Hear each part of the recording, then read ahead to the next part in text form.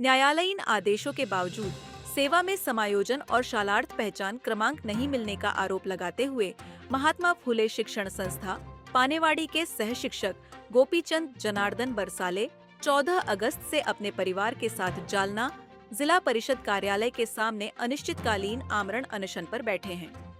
गोपीचंद बरसाले का कहना है कि उन्होंने संस्था के 2 विद्यालयों में लगभग 6 वर्षों तक सेवा दी है। इसके बावजूद उन्हें सेवा से वंचित रखा गया। मामले को लेकर उन्होंने छत्रपति संभाजीनगर स्थित शाला न्यायाधिकरण का दरवाजा खटखटाया था। उनके अनुसार न्यायाधिकरण ने उनके पक्ष में निर्णय देते हुए निर्धारित अवधि के भीतर शालार्थ पहचान क्रमांक देने और जिले के किसी अन्य विद्यालय में सेवा समायोजित करने के निर्देश दिए थे। बरसाले ने आरोप लगाया है कि संबंधित जिला परिषद शिक्षा अधिकारी, संस्था के अध्यक्ष और सचिव ने आपसी मिलीभगत के कारण न्यायालयीन आदेशों तथा समझौते की शर्तों का पालन नहीं किया।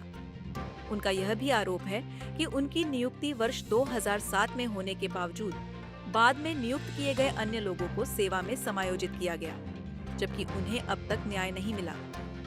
अनशनकर्ता ने प्रशासन पर वरिष्ठता और नियमों की अनदेखी करने का आरोप लगाते हुए कहा कि उन्होंने इस मामले में कई बार निवेदन और पत्राचार किया, लेकिन कोई ठोस कार्रवाई नहीं हुई। उनका आरोप है कि प्रशासनिक स्तर पर उनके साथ पक्षपात किया जा रहा है।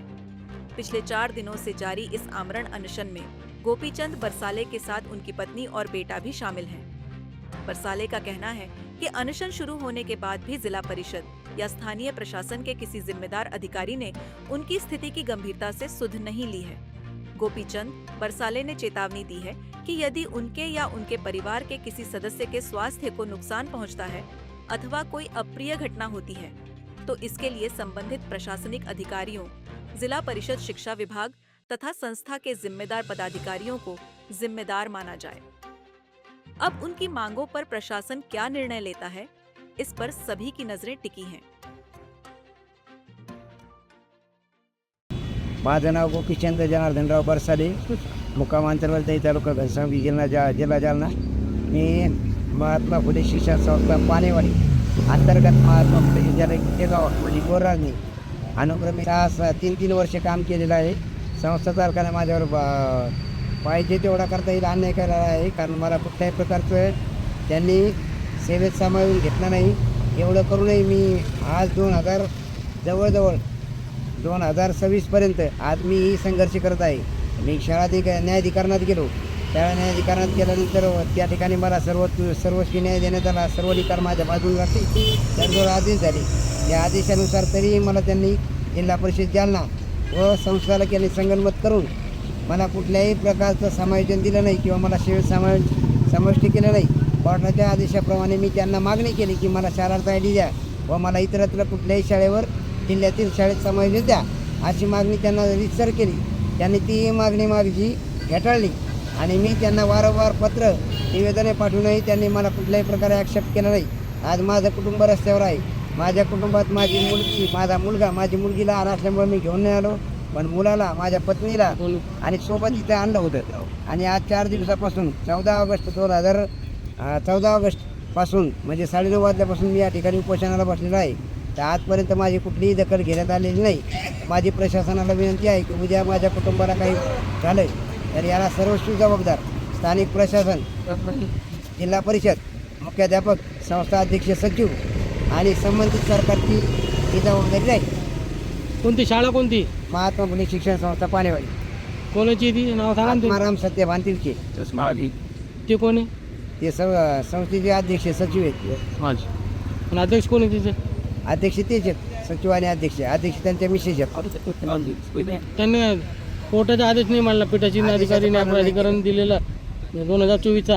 हो, 2024चा नाही पाळला आणि आता बी तडजोड आदेश झाला तोही पाळला नाही। 2015ला आदेश निघाला, ते नाही पाडलं। अपील झाला होता, अवमान याचिका दाखल केली, त्याच्यात तडजोड झालं होतं। तडजोड झाली होती।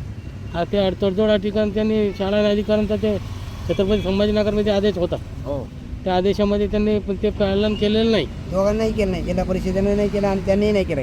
आज जवळजवळ 4 महिने झाले, कारण पण तुम्हाला काय पुन्हा त्यांना हायकोर्टात जावं लागेल तुम्हाला आता।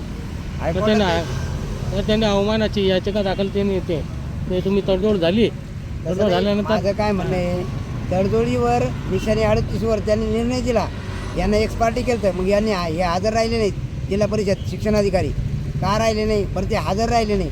मग स्पष्ट उल्लेख आहे मला शाळार्थ आय डी द्या आणि मला दुसरी शाळा द्या अजून काय पाहिजे.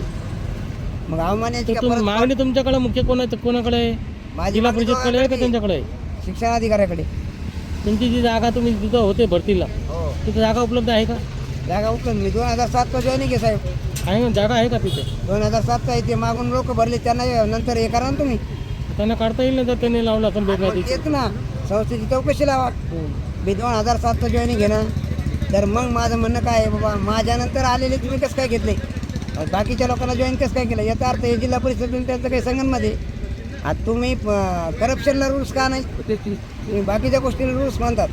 माझ्यानंतर आलेला संस्थाचा धमका सुद्धा मुख्य मग कसं काय होऊ शकतो. आता तो कशा पद्धतीने केला याच्यात नियम नाही.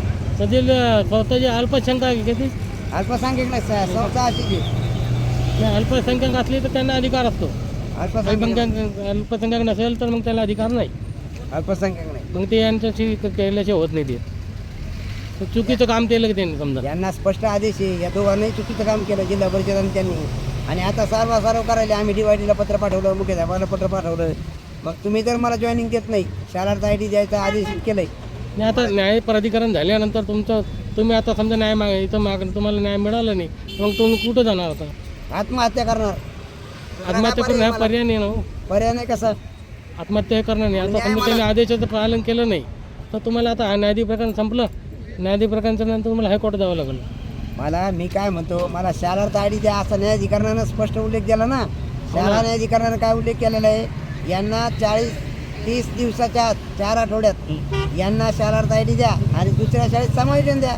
मग परत न्यायाधिकरणाकडे जायची काय गरज आहे. आदेशाचं पालन केलं नाही ना त्यांनी. आदेशाचं पालन केलं नाही म्हणजे परत केलं नसेल त्यांनी पालन हे मान्य आहे आपल्याला पण माझी जी मागणी ती रितसर आहे का वेगळी आहे त्या पद्धतीनेच मी मागायलो ना. परत वकील साहेब त्यांना बोलले स्पष्ट मग काय म्हणले ते त्या पद्धतीने आता त्यांचं काय बोलणं झालं ते मला माहीत नाही ते आज्ञा नाही कारण मी इथं होतो मी इथं इथून उठलेलं नाही कारण ती त्यांच्यासोबत बोलते. तुमची मागणी सांगून द्या शेवटी तुमची मागणी काय आहे? माझी मागणी एकच आहे मला शाळार्थ आय डी देण्यात यावं सेवा सत्ती देण्यात यावं सेवा पुस्तिका देण्यात यावं आणि मला कुठल्याही जिल्ह्यातल्या शाळेत कोर्टाच्या आदेशाप्रमाणे जिल्ह्यातल्या शाळेत माझं समायोजन करावं. त्याच्या संस्थेशी मला बाकी काही घेणं नाही. हमारी कोशिश रहती है आपको सच्ची और निष्पक्ष खबरें देने की। अगर आपको हमारा काम पसंद आया हो तो वीडियो को लाइक शेयर ज़रूर करें और लोक प्रश्न न्यूज़ चैनल को सब्सक्राइब करना ना भूलें। साथ ही बेल आइकॉन दबाकर नोटिफिकेशन ऑन कर लें ताकि हर अपडेट आप तक सबसे पहले पहुंचे। अगली खबर में फिर मिलेंगे, तब तक के लिए नमस्कार।